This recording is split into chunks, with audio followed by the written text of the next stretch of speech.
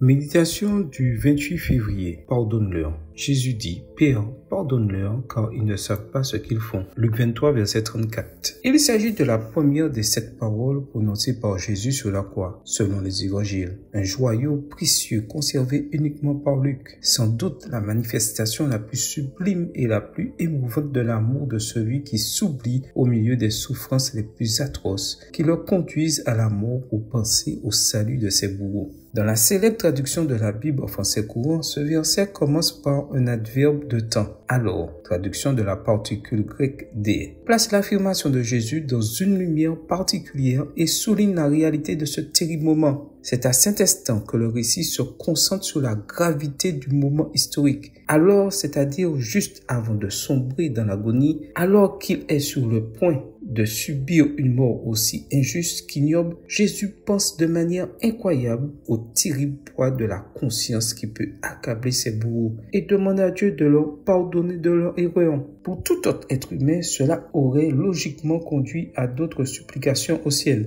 Mon Dieu, fais quelque chose, rends justice, ne tolère pas ce crime. Il serait erroné de penser que Jésus priait surtout pour les soldats romains qui le crucifiaient. Qui sait si certains d'entre eux n'avaient pas même pitié du pauvre prisonnier? En réalité, il ne faisait qu'exécuter les ordres. Jésus prie avant tout pour les véritables responsables de sa crucifixion. Il prie pour tous ses ennemis qui l'ont conduit à la croix. Maintenant, nous nous demandons si toutes ces autorités civiles et religieuses qui avaient comploté la condamnation de Jésus savaient vraiment ce qu'ils faisaient. Elles étaient plus ou moins toutes conscientes qu'elles condamnaient un innocent. Mais certainement, aussi volontaire et coupable que soit leur ignorance, elles ne savaient pas que le Nazaréen était le sauveur du monde. Les apôtres Pierre, acte 3, 17, et Paul, 1 Corinthiens 2, verset 8, plaident pour cette présomption d'innocence et s'associent en ce sens à la prière de Jésus. Tout porte à croire que cette prière avait déjà trouvé une partie de sa réponse dans le répit de 40 ans accordé à son peuple pendant lequel l'évangile a été prêché à Jérusalem et dans ses environs, entraînant la conversion de milliers de Juifs. Seigneur, donne-moi l'amour dont j'ai besoin pour désirer le pardon de ceux qui me traitent mal. Amen. Bonne journée à vous et que le Seigneur vous bénisse.